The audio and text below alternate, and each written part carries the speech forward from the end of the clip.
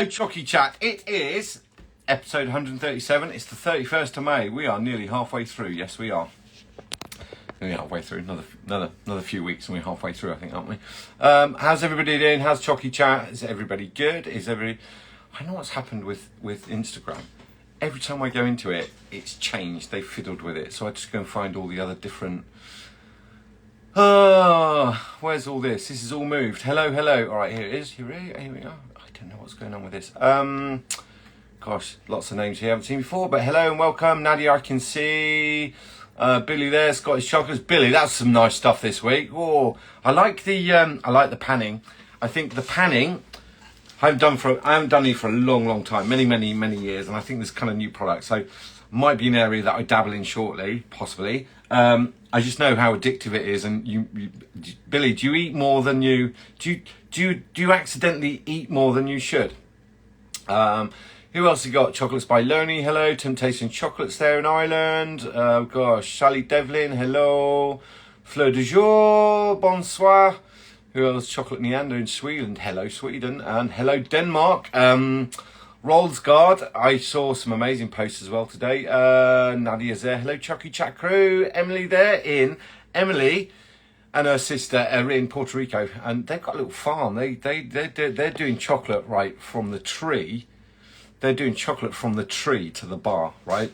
Not bean to bar, from the tree. Very cool. 80 Chocolate there in Sweden. Surfer Leg there down in New Zealand. Who else have we got? More people from Denmark. Hello in Colombia. Empanadas, hello, Mother Baker, how you doing, Mo? I chat with Mo earlier this week, actually. How is everybody doing? How's the crew? Susanna there, the lovely class of Susanna. Are you back from holidays now? I think you were visiting your sister, weren't you? So, do good chocolates. You're looking sharp. I went to get a haircut today. And at a barber's, right? And I go in and they're like, oh no, you have to book. Like, when did you have to book to go to a barber's? The whole idea is that you don't have to book, you just walk in. You walk in and come out after 4 or 5 minutes with shorter hair than you went in, right? I don't know. She's like, no, you have to book. It's 15-minute slots. Really? I wonder if you get maybe a few no-shoes. The mint fondant, yeah, Billy, the mint fondant, they're right on my street. That is definitely something that I'd munch on. That's definitely something I'd munch on. Irada, how are you? New hairstyle? No, just gone for the slick back look. Makes me talk faster, something like that. Anyway, it's like a go faster stripe, but for the hair. I've had a busy week. I've had a really busy week. I'm really well, thank you for asking. Zaid, welcome salam there in Jordan. Zaid is the girls. He's the girls' swim instructor. I should say that's it. Temper, how are you? Lonely Class, and I can see you.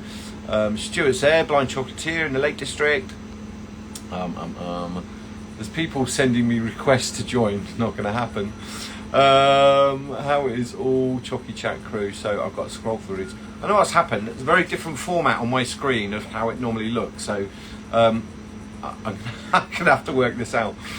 Who else? Pretty Fancy Chocolates, Mariva there down in New Zealand as well. We're all lass. Hello, how are you? I haven't seen you for a while. Sugar Spun Sisters. Some amazing chocolatiers here. How is everybody doing? Salam. Hello in Estonia. We got more in Estonia. She sent a lot of orders to Estonia recently.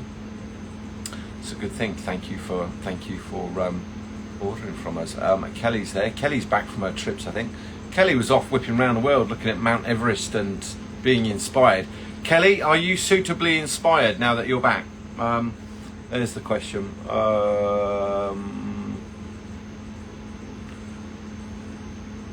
Mr. Charles has joined us as Exo Chocolates in Wimbledon. You should all know him. He's absolutely amazing chocolatier. But Robert, he's a bit shy on the old. Oh no, Exo Chocolates joined us in London. I see what you did there, Robert. I nearly joined earlier. I was just setting the phone up and I was on the I should Coco page. It's like, well, we're not going to get not many people are going to tune in if we're on there, are we? Mr. So Sassy joined us. Hello, gang. It's my birthday tomorrow. The boss won't let me have it off as it's half term, but the sun might get me. Yeah, Stuart. And you have to have a quiet word with the boss. Bribe them. You know, I'm sure, Stuart, you've probably been nominated for Employee of the Year many times, so it's probably entitled to take a day off, Stuart. But happy birthday for tomorrow, Stuart. I hope you have a good day. Ron's Bonbons joined us. He's in the Pittsburgh area, which I now know is the cloudiest place on earth. Kelly's saying, I'm inspired and ready to get back at it. Nepal wasn't a big chocolate sweet place, but wonderful. I reckon the air was very clean, the people were very friendly, and the views were outstanding. So as long as you didn't get altitude sickness. Emily, I don't have chocolate sleeves and chocolate moulds for my future company. Yeah, that's an investment. You invest in moulds. You will always grow. And so scaling, I'm not asked about scaling up, you know, what things do I need to consider when I'm scaling up? Machinery is one. What will stop you scaling up is number of moulds. Because while you've got one painted, certainly for bonbons, while you've got some painted, you're either cleaning the others or turning them out, and it's always moulds that kind of hold you back a little bit. So don't buy lots of different moulds, get all the same ones and stick with those, and then you'll know your measurements and you'll know your recipes that fit the mould and all that kind of thing when you're scaling up. So but happy birthday, Stuart, for tomorrow. Hope you have a lovely day. 21 again. Emily's saying, where can I find personalised sleeves and chocolate moulds? I would have local Google. But in Puerto Rico, right? So the USA, anywhere in the USA should ship to you out there, right? It shouldn't be a major problem, I would have thought. Chocolaka 22, hello. Watermelon ganache ideas, James. Wanted to give it a go, but thinking water content issues. Yeah, do you know what? Watermelon is one of those things. It's really hard to pull the flavour out of it. When we make fluid gels with it, it's you normally find it watermelon blended with something else, and it's strange, very strange. But it's always kind of blended with rhubarb. It's always blended with a much higher flavoured or perfumed fruit. Watermelon would not be my go-to. It's really difficult to extract the flavour from it, because if you kind of juice it and you get the juice and you boil it down, because of the water content to it, it literally turns to like a sticky, hard toffee within minutes. So it's very difficult to dehydrate. If you had a roto vaporizer, that's one way of doing it, but those run at kind of like £15,000. That might not be the way to do it. Watermelon, do you know what? It's not one I go near, to be honest. I think it's one of those flavours that would need synthesising. And what I mean is to use a flavour drop. There are certain flavours that, you know, I know I said this on the page before, that there's some flavours that the public, like if you give somebody a banana, they're like, oh, it's not banana flavoured. Cherry is the same. Like you get a box of lovely cherries picked off a tree. You know you're eating cherries, but it's not the synthesised cherry that you know, because the drinks and all these different things have had flavour drops added to them. So like the public's expectation is that flavour, right? So when you do normal cherry, yes, you can make it with absolutely fresh cherries, but they're looking for that synthesised flavour. I think watermelon is another similar one. It's very hard to extract that flavour. And if you use a flavour drop, so a synthetic flavour drop, you get the worst flavour of watermelon ever, and its appearance on your taste buds is there too long, therefore you know it's synthetic. Honestly, watermelon, just cut some watermelon, Robert, crumble some feta cheese on it and go for it. That's the way to eat watermelon. Caramel's a difficult one. Let me scroll through a bit. Let me scroll. Listening to pop. Who's listening to Top of the Pops 1979? So I have with Ron's Bonbons. We were kind of like, what music you play today? We have some of the weirdest music. We started doing that. We haven't done it for a while. Just calling out random songs from the kind of 70s and 80s, and then just getting I won't say the name of it, but the little machine to play it, because if I say the name, it'll turn on. Random music. Can't have music when you work, right? Is everybody a fan of music when you work? What's your go-to music when you're working? Because mine is all over the place. I tell you what I do is I'll say play hits from 1984, or play hits from June 1992, right? And just see if it will evoke some memories, right? Always good.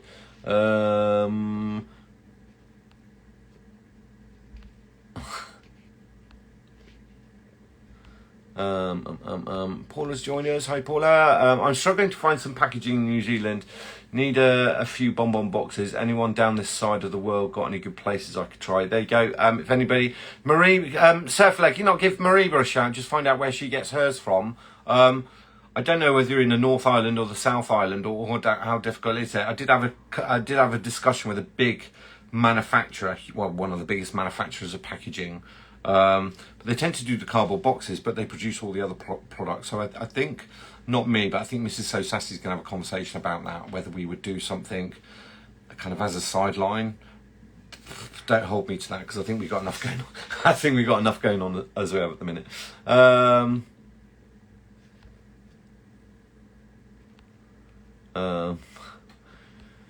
You talked in an early episode about when bonbons had some condensation on and the shininess will return. Wouldn't a frozen bonbon put in at room temperature also get its shine back? Yes, it would, Chocolate Neander. So the surface, like I've got some shells here, which I'm going to talk to you about in a minute. If I put those in the fridge and they chill down, when we bring them back to room temperature, and it's like, here's a perfect example of it. I made a drink and on the outside, we got condensation, okay? Because the drink is colder than the room, so the room moisture or any moisture that's in the room is sticking to the glass. Exactly the same thing. What you want to do, if you take things out of the fridge, it's like this freezing process, right? So they go from room temperature into a fridge, and then from a fridge cold into the freezer, and then it's the same in reverse. We take them out of the freezer, put them into the fridge, and then they will cool down, or warm up I should say. When we bring them back to room temperature, they will mist over almost immediately. As soon as you open them, they'll be lovely and shiny, but then all the moisture will cling, or the condensation will cling to them. It's microscopic. It's absolutely the tiniest amount, but what you do need to do is just give that time to come back to room temperature. I know that when I'm doing a lot of molds and we're capping, as I'm capping them, I should grab some molds. As I'm capping them, and I'll put them into the fridge just because it's a better way. And I'll just concertina them, stack them all up. Because the first ones are in there for quite a long time, say I'm doing like 40, 50, 60, 70 molds. As I crack them out, and I do them in blocks of 14, so I can only get 14 on this table and then leave me a little space on the end to stack the molds up. What we'll do is leave those for 15 minutes, and what I see is that they crack out, they're lovely and shiny. Then they kind of mist over a little bit, and as long as I don't touch them, I don't mark them, you leave them about 15 minutes at room temperature, all that moisture dissipates and comes off as they come back to room temperature. Then you can handle them, but it's exactly the same. What you don't want to do is take them from the freezer and put them at room temperature, because it's just going to be too much of a shock. It's likely that they will, rather than condensation, it's likely that they would just kind of frost over. If it's too much of a jump, if we've got fillings in there that like ganache or pâte de fruits or fluid gels, if any of those have expanded during freezing, they'll contract, could crack shells. So watch that one.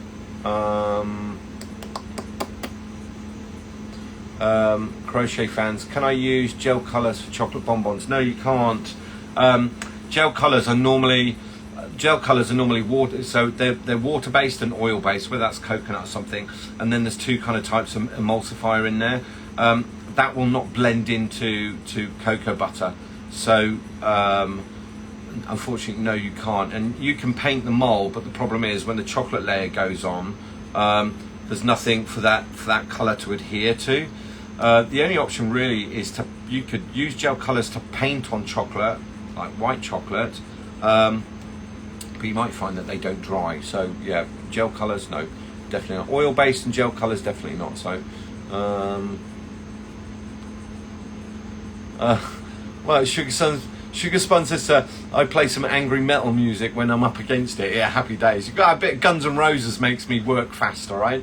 Or Metallica. 80s rock, definitely. Emily's saying I grew up hearing 80s and 90s music. If anybody's got the little machine that I'm talking about, goes by the name of Alex. I didn't turn on. When I'm very often when I'm working, because this is my kind of little sanctuary in here, so we have a workshop where we make the products, but if I'm in here and I'm potting and I'm labeling and doing bits and pieces, I'll just pick a random month in a random year, even if it's not my generation, just to see what was playing then. And I often hear songs and go, was that really then? I also hear songs and go, oh my god, that's so bad. But yeah, you gotta have music. You gotta have music.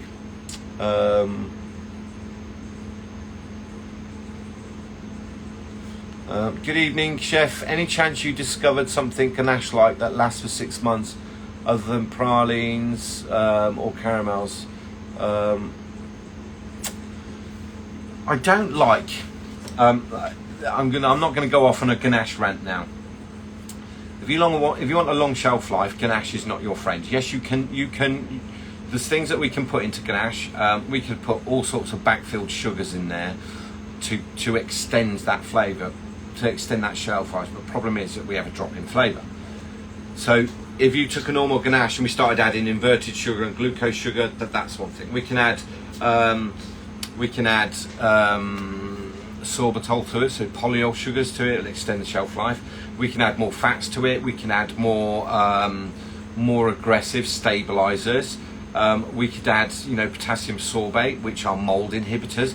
There's all sorts of things that we could add to that. This is why when you look at the chocolates that are in retail, it's got quite a big list of products in there, and it will be potassium sorbate, which is a mold inhibitor. There'll be different levels of emulsifiers in there. There will be pH regulators in there. But the problem is as you add more and more ingredients to that ganache, the flavour drops out. Not a fan personally. So we know that we can get a shelf life of 6 months, 9 months, not a problem at all, but the flavour is kind of not there. Whereas if you did a caramel, you're good flavour, people know what it is. A lot of the public don't know what a ganache is. Do you know that? People, I talk to the public a lot. We were on stage, we were doing all sorts of things, and people are like, what is a ganache? You have to be careful with your wording, right? And as labels get more and more complicated and they get more difficult to pronounce, the public gets more and more scared, right? So if you want a long shelf life, it's pralines, ganduja, and caramels. They should be your go-to. Sleep at night, don't worry, full of flavour, easy inventory, easy to make, easy to control, easy to store, all of those things without the worry of, is it all right, isn't it all right? And this is always my favourite rant, is when somebody goes, here's a chocolate, it's 6 months old. Like, not really. I'll wait and I'll have it. Give me a brand new one in 6 months' time that's absolutely a day old, right? That'd be the way to go. So that's my personal view on shelf life. Make it lovely. Get them to eat them quickly and come back and buy more, right? Ooh, that sounds nice. Passion fruit curd and marzipan bonbon. That sounds really, really nice. I'm going to say some hellos out. It's my first day doing deco class with 5 students. Great to listen to Chocy Chat and get me hyped up. Happy days. Mind your temper. You go for it. Keep it simple. I'm trying to learn how to make marshmallow. I did them once, but I learned you need to have speed because it changes easily. Not a big fan of marshmallow in chocolates because we'll be using gelatine. There are alternatives, but they're not as good in my opinion. We're putting an animal derivative, an animal-based derivative into a chocolate, and I said so many times, you feed a vegetarian a meat product, and they will tell you for the next 100 years. The problem I find with marshmallow is you make a small amount and you need to whisk it. If you whisk it too far, it cracks, and if it's not under enough, it becomes runny and it seeps, right? So you kind of got to catch it right, and cool it as well. So there's a heating element to it and there's a cooling element to it. I think the difficulty is that you end up filling half the bonbon with air, and it's very difficult to get lots of, so it's a nice texture in terms of it being spongy, but it's very difficult to get it high flavoured. So what happens is they're great for cutting in half to show Instagram what the inside looks like, but they don't hold much flavour. And you should be aiming to do flavour before anything. I think the nicest thing of marshmallow is don't put it in bonbons, just cut it into squares, dip it in chocolate if you need to, and give somebody a big chunk that's like a big piece, right? Not You know, if you're lucky, that's an 11 gram mold, and after you shelled it, I've got room for 9 grams of filling. If you're lucky, you're going to get 4 grams of, you know, if you half fill that, you'd be lucky to get kind of 2 grams of your filling. It doesn't leave you much space to fill up extra nice flavorful things. So, yeah, word to the wise, just be careful with the marshmallow. I think the other thing is you can't make a small amount of it. If you make enough of the bonbons, then you go, what do I do with the other football fields worth of filling, right? Pat of weights are the same. Why does a dairy product like yogurt, cream, cheese or sour cream shorten the shelf life of ganache when cream doesn't do it as much? Dr. It's really to do with the amount of fat that's in there. Yogurt generally is really low fat. Here's the thing, they'll say yogurt's low fat yogurt. Yogurt is low fat. Yogurt has virtually no fat in it, because if it did, it would cause all kinds of spoilage in it. It's really to do that water content. Yogurt contains more water, milk contains more water, cream has an element of water in it, but it's emulsified naturally. So things like sour cream, no, and it's probiotic, so it's actively got bacteria in it. We haven't been killed off, whereas cream is, we can heat it to a high point, and because of the amount of fat that's in there, it doesn't split or separate. What happens is when we heat cream up, we boil off some additional water, and the cream naturally emulsifies if you're using double cream. If you try and cook single cream, because you're cutting corners or trying to do it cheap, you'll find, because of the amount of water in there, it splits or it separates and it looks like scrambled eggs, and it's a horror story. And then milk. I mean, milk, in terms of bacterial growth, milk is probably the superfood when it comes to the perfect environment for bacterial growth. I think I've done my advanced food hygiene, so my level 4 food hygiene that kind of allows you to go on and teach food safety. Kind of most dangerous thing you can have is milk that's been at room temperature for 3 hours. There's more active growth in a glass of milk that's been left at room temperature for 3 hours than there is a chicken breast or a piece of fish that's been left for 3 hours. Actually, the fish and chicken are probably safer to eat than the milk at that point. So they're just so active because of the water content, right? That's the thing. I'm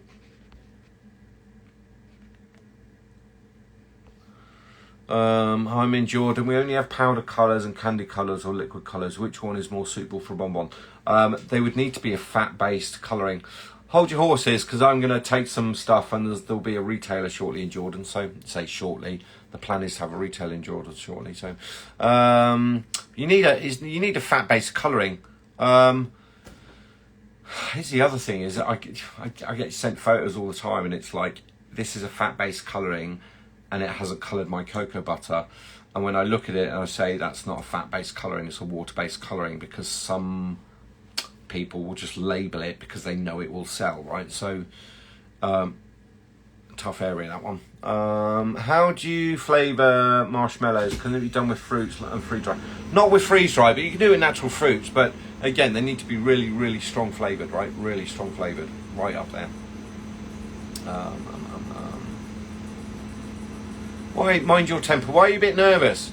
If you know your craft and you're doing your thing, they'll have their eyes on you. Tell them some nice stories, make them feel comfortable, make them feel like they're going to learn something, show off a little bit. I think teaching is really straightforward if you really love teaching.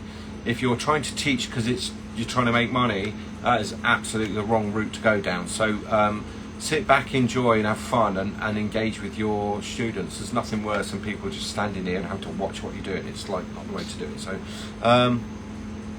hi, how can I adjust your salted caramel recipe to make salted caramel ganache? Is it the same amount of white milk and dark chocolate, and should I keep or swap out the butter? The caramel, the salted there's 2 recipes on my page. There's a salted caramel which has butter in it, and there's some glucose in it in that recipe, which softens a bit. What you want is the caramel ganache recipe. Milk, white and dark chocolate would be different amounts. Actually, I think for that recipe where it's 200 cream, 200 sugar, and it says 95 grams of the caramel gold, if you're going to do the dark chocolate, I think it's around about 65, 68 grams. If you put the 95 in, it's just too much because the cocoa solids that are in there, or cocoa mass that's in there, it's just too much and it will suck everything else because it kind of behaves like an emulsifier. Swap them out. Do you know what I would say about caramel? Here's the thing about caramel. I'll get one here. Yeah, there's one here ready. That one's in the fridge and that one's chilled. So that's a dark caramel ganache, right? Okay. It's fairly soft. They'll go into there and we'll give that a really good warm in the bag, right? So that the reason I'd warm it in the bag is then I'd snip that end and I'll be able to get absolutely every little bit out. Whereas if I try and warm that bag and it accidentally splits, we've got a whole microwave to clean, right? So it goes, if we don't make mess, we won't have to clean up mess, right? That's what I tell the girls. It doesn't work. Just ignore me. If I looked at it, if that was too thin, okay, so we're going to warm that up, warm it so it's liquid, we can get it back into the bowl. I'd warm that back to 45. I know that's already a little bit too soft. What I might do is add a percentage. So if I weighed like a kilo of it, and I might add another 35, 40 grams of fat to it. So whether that's cocoa butter, which will solidify it, or whether that is chocolate, because it's got a better flavour. What we can then do is get that mixed through. You'll see it visibly thicken. What we'll do, like you test jam, we'll put some onto a little plate, we'll put it in the fridge and you see what it's like, see if that's made a difference, okay? And then we'll go up. Just make sure you write down what you're doing. The base caramel is the base caramel. What we do with it afterwards is up to you. You can add milk, white, dark, ruby, whatever. I wouldn't add ruby chocolate to it. Don't add ruby chocolate to caramel, it's not good, it looks absolutely horrendous. But certainly can do milk, white, dark and caramelized, right? So whether that's caramelized like the Caramelita, where it's the milk powder that's caramelized, not the sugar, or whether it's the chocolate gold where both are caramelized. You can just kind of go up in percentages, but what that additional chocolate in there will do is once that's emulsified and blended in, because it will do, it will thicken up the caramel. So it's still pipeable at 29, but when it settles, it's much further, and it's a bit more stickier. The alternative is just to keep boiling it higher and higher, which is not my preferred method, right? I would rather add more flavour to a caramel in terms of chocolate, and if I needed to, butter as well. Although butter is soft at room temperature, so it doesn't tend to thicken caramels as well as chocolate does. And then I think if you go down the route of the proviso that get more chocolate in your chocolates, adding chocolate to caramel, there's nothing bad going to happen. It's just going to get better and better. This is not going to get bad, all right? So if it weren't for the prices at the minute, I would say it's probably cheaper to add more chocolate to caramel than it is butter, but you know what the prices are. Although it did dip down this week. It's going down, it's slowly going down. So Lando Sweets joined us there, I think in Iran. I bought a local highlighter gold and verified the company is called Sunflower, but it doesn't have the ingredients. Don't know, Emily. Oh, love Depeche Mode and Lucas Graham. Happy days, yeah. So I'm playing this week.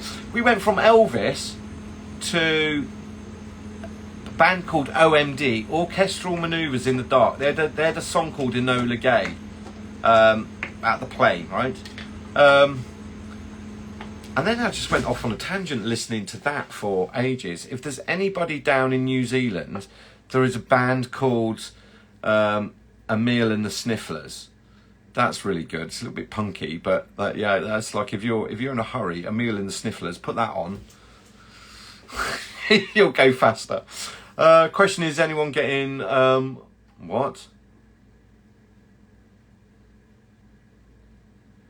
Question, is anyone getting older women asking about soil lecithin in the chocolate because they read a book about processed food? No, I do get questions. Occasionally I get questions about why do they put lecithin in chocolate? Really so it emulsifies in a liquid state so that when it sets, it doesn't have all the weird streaks and stuff on it and binds it all together. Lecithin doesn't have a job when the chocolate's set. It's actually dormant. Lecithin's only required when we're trying to blend sugar, which is a liquid in a crystal form, when we're trying to blend sugar into the cocoa mass and the cocoa butter, which is an oil. So we're trying to get kind of a water, kind of loosely a water-based and a fat-based product to emulsify together. And lecithin is very good at it. Most sunflower lecithin used to be egg-based. Egg yolk there's lots of lecithin in egg yolk, which is why we use that in mayonnaises and dressings, or we use an egg yolk as an emulsifier, because it's really, really good. And lecithin will dissolve. Lecithin is one of those few products, it will dissolve into oil and it will dissolve into water. We don't normally find products that will do both, okay? So, however, I wonder how far the chocolate industry will get when it starts using sugar esters as opposed to lecithin. But sugar esters would be a little bit more expensive to use, right? So chocolate does not need anything more expensive adding to it right now. So, what's that? It used to be a brossette complete with boots with grolsch bolts. Oh, Mo, you're giving it away now. Oh, Mo, I just had a horrible vision. Grolsch bottle tops as your. Oh God, we're bringing out the 80s now, aren't you? Right, Surfer Leg. Pretty fancy chocolate's giving you a good answer there.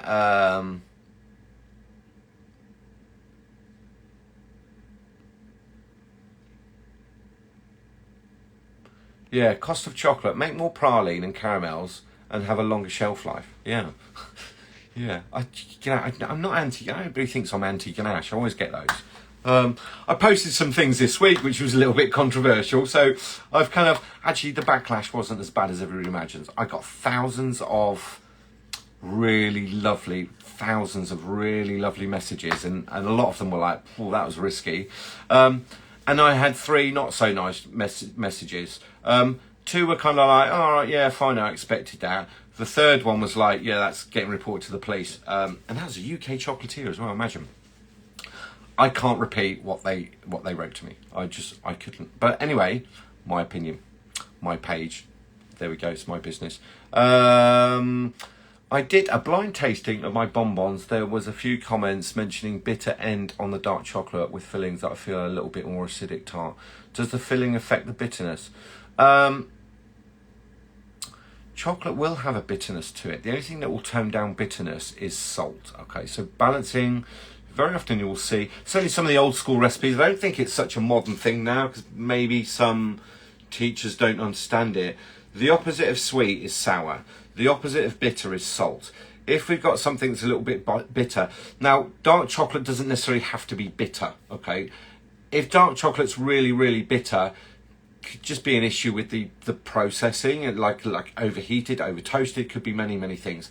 But there is a bitter undertone. I'll tell you what causes more bitterness is when you start using things like stevia and some of the polyol sugars. I wouldn't recommend you do it, but if you have a taste of sorbitol, initially you're kind of like, I'm not sure if that's sweet, and then it just goes wallop bitter, right? So the bitterness can affect the filling, but I would have thought the shell's so thin. I'm not a big fan of picking a high grade chocolate to shell with. I'd always go middle of the road chocolate to shell with, and then find an excellent chocolate that's the filling, because the shell is just a vehicle to carry the filling, right? We paint it, we colour it, and we decorate it nice. Should be some lovely organic cocoa butters made by Aisha Cocoa. That's my advert over for the night. We paint it, we decorate it sympathetically, but we like. Would I go with like a Valrhona Mangiare or a even like my favourite is the Valrhona Equatorial. Absolutely adore that. But I love Fleur de Cow. I don't know if I'd shell with Fleur de Cow. I do and I don't, but I don't know if generally I would shell with Fleur de Cow. I'd more like use it for the filling because it's just better balanced and it's more roundedness with less bitterness. But depends who you did the blind tasting with, right? Because sometimes if you do blind tastings with people that don't really know chocolate, you'll get those comments where I don't like white chocolate, I don't like milk chocolate, I only the best quality chocolate 70%, and we all know that percentage has got nothing to do with the quality of the chocolate. Again, the majority of the public think, well, and I've heard people say in the shop, oh, my favourites are 70% because it's better quality. Like the 40% is just as good, just maybe not as strong. you know what I would say? Make things that you like to eat. Make them the way that you like them, because people are buying your product and they are trusting your expertise. So be very careful with those blind tastings. Be careful who that audience is, right? Because you could get mixed feedback. And if they're family, they're like, yeah, they're really, really nice. Then they wallop you with a load of, because they're close to you and they feel like they can be honest, they wallop you with a whole load of information that just leaves you a little bit dejected. And you're like, wow, I'm never going to ask them again. I know, I've been there. Bitterness can be controlled with salt, okay? And a little bit of salt in a ganache, like a pinch of Maldon salt, a really good sea salt, a really, really good salt, will work wonders. It will raise the profile of one thing, and it will lower the profile of bitterness. But we use salt like we do acid, so acidity will raise water-based flavour notes, particularly like ganaches with fruits, passion fruit, all those kind of things. So I think I'd be very careful on where you get what do your customers say rather than a blind tasting, right?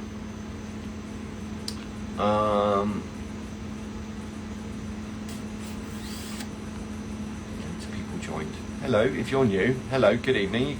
You ask a question. Afternoon, right? Ethan Bradley Chocolates. This is JC Sharp. This is Jason in the Napa Valley. He's changed his name. No, he hasn't changed his name. He's changed the brand, the Instagram page. So it's Ethan Bradley Chocolates. I think I need to have another chat with Jason. We should get Jason on in a couple of weeks if he's not too busy. We can have another chat. Plus, he lives in a really beautiful part of the world, so I kind of want to stare out the window and see what it looks like over there. But yeah, Jason, you up for that?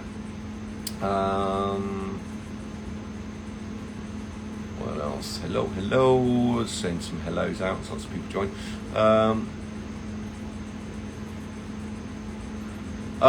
You haven't used Ruby Chocolate. If I'm honest, I think Ruby Chocolate was a bit of a sales gimmick, right? They said it was natural, but then I don't know. There's rumours that it's not.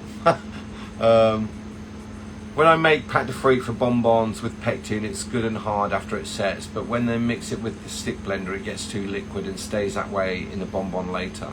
That will be the citric acid that you're putting in there, i.e. not enough.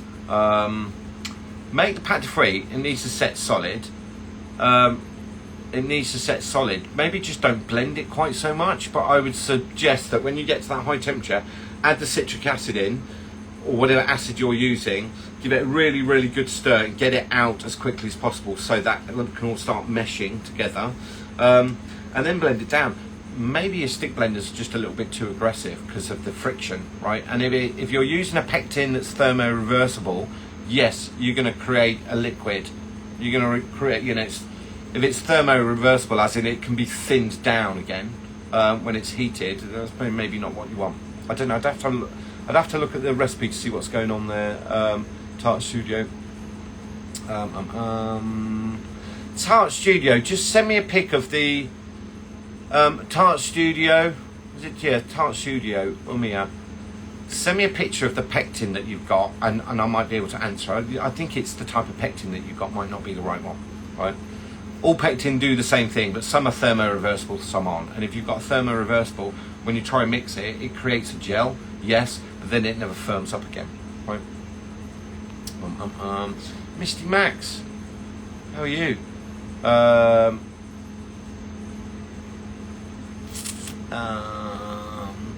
Here's a good question. Is there a difference in the shelf life of ganache and caramel when using fresh cream versus when using UHT cream?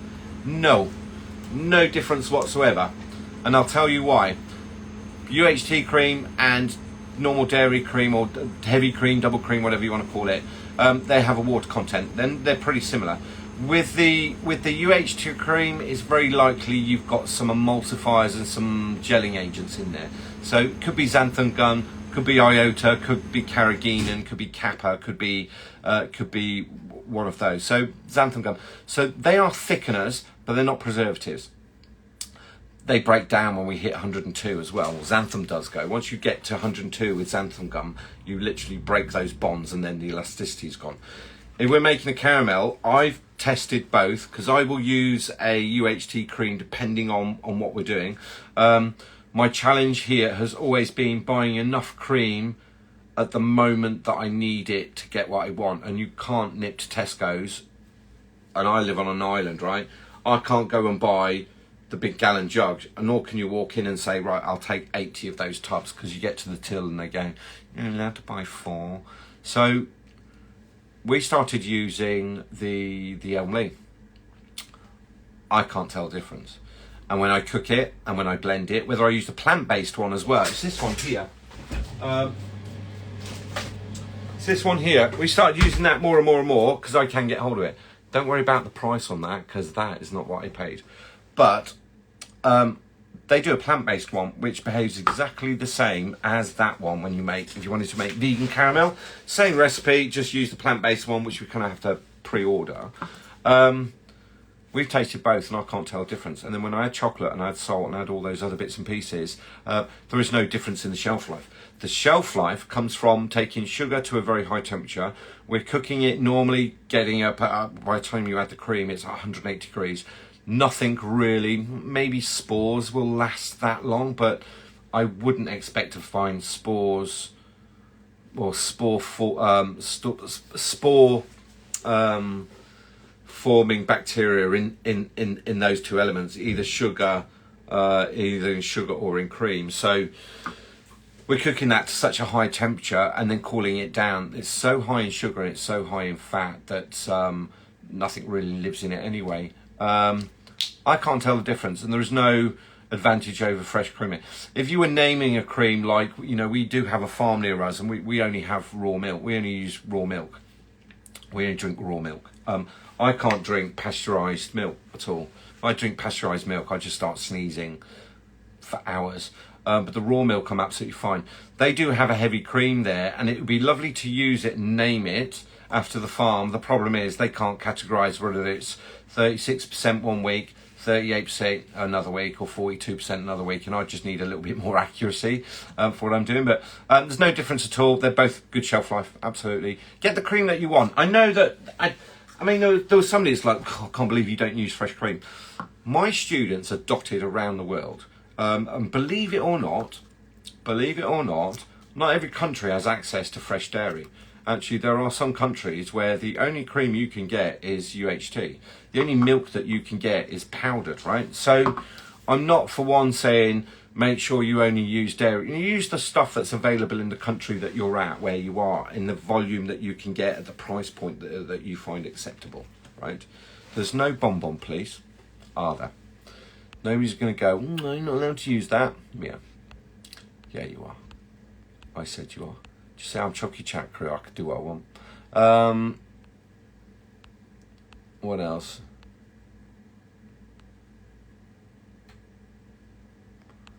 Fleur de sel. Yeah, fleur de sel's nice. A little bit grainy though. Doesn't melt very well into your chocolate, into your cream. Molten salt. Everybody knows I love molten salt. I've been using molten salt for years.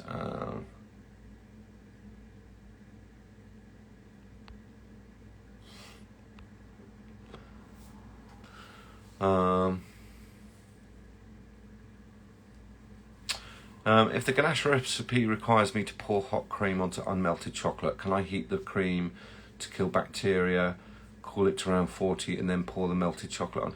No, because at 40 degrees you're going to melt the chocolate anyway. Warm your cream up, warm it up to over 65, right? Warm it over 65, and at least then it's contamination from your hands, cross-contamination, bacterial, stuff that's on, you know, spoons, stirrers, you know, what have you. We'd always add it up to that. The cold ganache, where you'd add a cold cream to chocolate, we would do, and it's much. I'm not a huge fan of that. I find it very, very difficult to control it if I make a huge amount of it. Plus, I don't mind having a ganache sat on the side that I can keep warm and re-emulsify with the stick blender if I really feel like I need to, because I'll put it in a piping bag, lay it flat, and we'll pipe it straight away. So doing cold cream ganache, not really my thing. I'm not being convinced to the point that I would give up the way that I've always done it, right? And I'm quite happy to embrace new styles and new ways of doing things. I just don't see the advantage of it, right?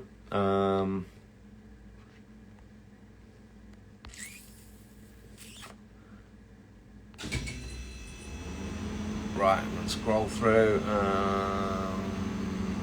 Where can I get pectin? Have a look at that online shop. Don't need to buy loads of it. Admittedly, the really, the Louis Francois stuff is the kilo tubs aimed at professionals. But they're like, it's £150 for a kilo tub of just the very, very best one. If you're not sponsored, it's quite expensive. Right, what have we got?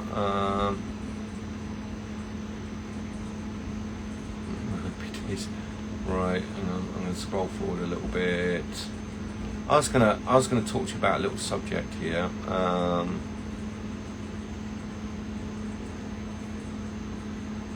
Right, I made these. Sophia and I didn't make these. Sophia and I did these earlier in the week. Okay, I'm going to hold that up. Oh, look at me, I've got blue hands today, look. We did that earlier. I'm going to hold that there because I want to do that on the page. So what we did is we poured silicone when we did these molds, right? And the idea was we would shell. Not worked out the way I expected because we had some little different designs on there. They look a bit crude, don't they? Okay, but with the problem, we have hit some snags, and I did do a post because like we're always looking at experiments, we're always making something, we're always doing something, we're always kind of pushing the boundaries of what can you do and how do you do it. So we got some silicone and went like, yeah, hey, let's have a crack at this. And both of us are kind of like, oh, it wasn't as good as I thought it was going to be. I think it's the result of the silicone's too soft. But I think I'll do a post this week because it's a little bit of a failure. However, before anybody starts committing to just going and buying some silicone and then saying, yeah, this will work, trust me, I could not get it to work for reasons like when we warmed up that surface and we put it into the mold. What it did is it just created that mess. Okay, so and then the other one created that. So the mold's too squashy for those ridges, so when you put it into the mold, actually you end up getting that whole surface area. So instead of them coming out and looking absolutely super duper amazing, Sophie and I looked at them and went, that wasn't supposed to happen. So I will do a post on it. We're gonna dive into it a little bit more. What we did make though is some silicone and put some bronze Adonis, some bronze luster dust in it, and that's really fun. Everybody that's coming here is like, oh, that's nice. What's that? It's like a stress ball. It's a Chocy Chat cruise stress ball. So I will do a post on that later in the week anyway. We'll see how we go on with that one. Wirral Lass just asked me a question. Making lemon verbena ganache with white chocolate, looking for a good flavour pairing for PDF. I think apricot or peach. Any other suggestions? Stay with lemon. Lemon verbena. Lemon balm is lighter. Lemon verbena is really, really sharp lemon. If you did a really light, like lemon lime or even just like a touch of orange, but you could do an apricot but just get some more lemon juice in it, so it's got a little bit more acidity.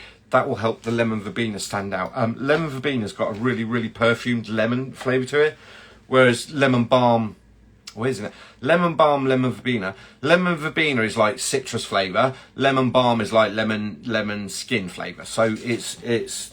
I would stay down the lemon route. Don't complicate it with a different. Peach is lovely with elderflower. Peach is lovely with mint. They're all lovely on their own. Apricot is really nice if you do it with an almond. Apricot's really, really nice if you do it with orange.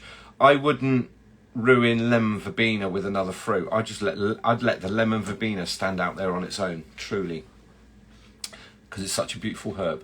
It is such a beautiful herb. Chocodilic. Hello, everybody. What's the conical sieve you use? Is it expensive? It's part of a dosing machinery, so I can tell you it all comes as part of a auto dosing kit. I pour it into there. It's sieved, processed. There's alginate plates. There's all sorts of things going on with that. It's not something it came with lots of other machinery. Let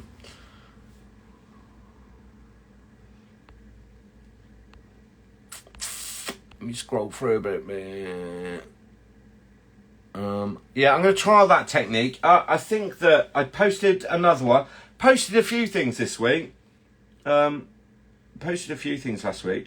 Again, do you know, I just showed better examples of like doing the rings, okay? But we're always testing colours. We're always looking at what we're doing. I wanted to see what... that was a nice one. I wanted to see the difference between using the fuchsia backed with white or the fuchsia on its own. These are the ones on their own. And what would it look like and how would it behave and what's going on. Because we've got website design going on at the minute. So there's all sorts of stuff going on in the background. And it is proper busy. Really, really, really busy for both of us. I'm still trying to find that time just to experiment, motivate, understand, do all these little things. And I think it was the silicone thing that it was Sophia that said, can we have a go at it? And the answer is yeah, we can have a go at anything and everything we want, right? That's how we learn. We learn by doing, and we learn by listening, right? Or observing. So is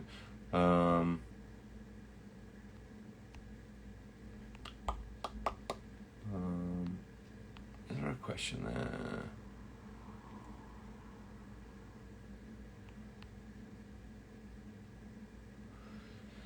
Yeah, blackberry and blackcurrant. You can get the flavour from blackcurrant if it's acidic enough, if you had some malic acid on it. But blackberry is one of those flavours, like it needs to go with an apple, right? Because apple's got malic acid in it, which is why blackberry and apple works. Blackberries on their own are a little bit dull. They're the right colour, they're the right fibrous fruit to use, but blackberries do kind of lack flavour a little bit, and they're very low water, so but they are full of pectin, right? So that's the other thing.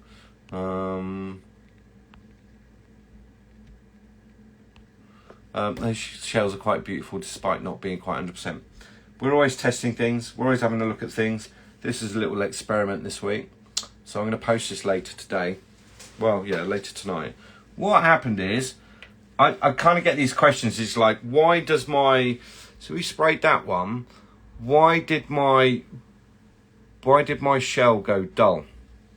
Retracted properly, it coloured properly, but the black, so what I did is I kind of had to force myself to make a shell and get it wrong, which is not easy because it was kind of, my instinct was I don't know if this is going to go wrong. I think this is going to go right and they're going to end up being shiny.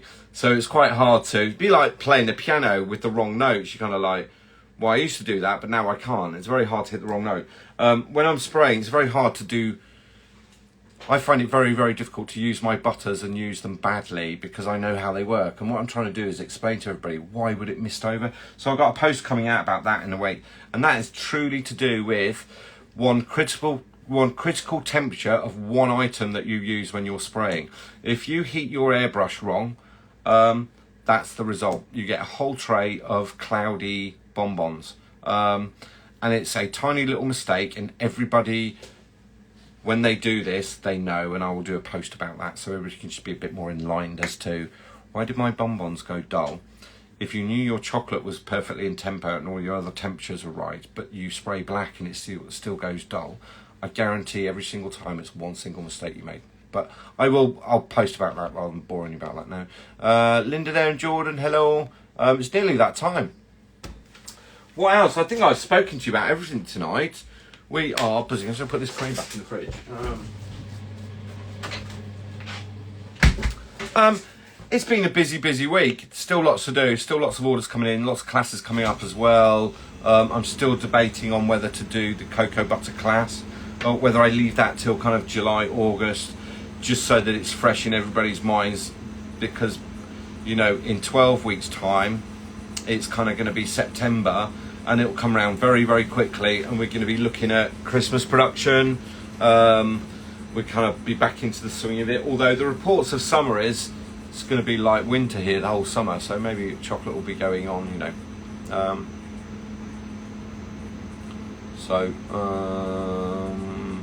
The things I post, is that on your website?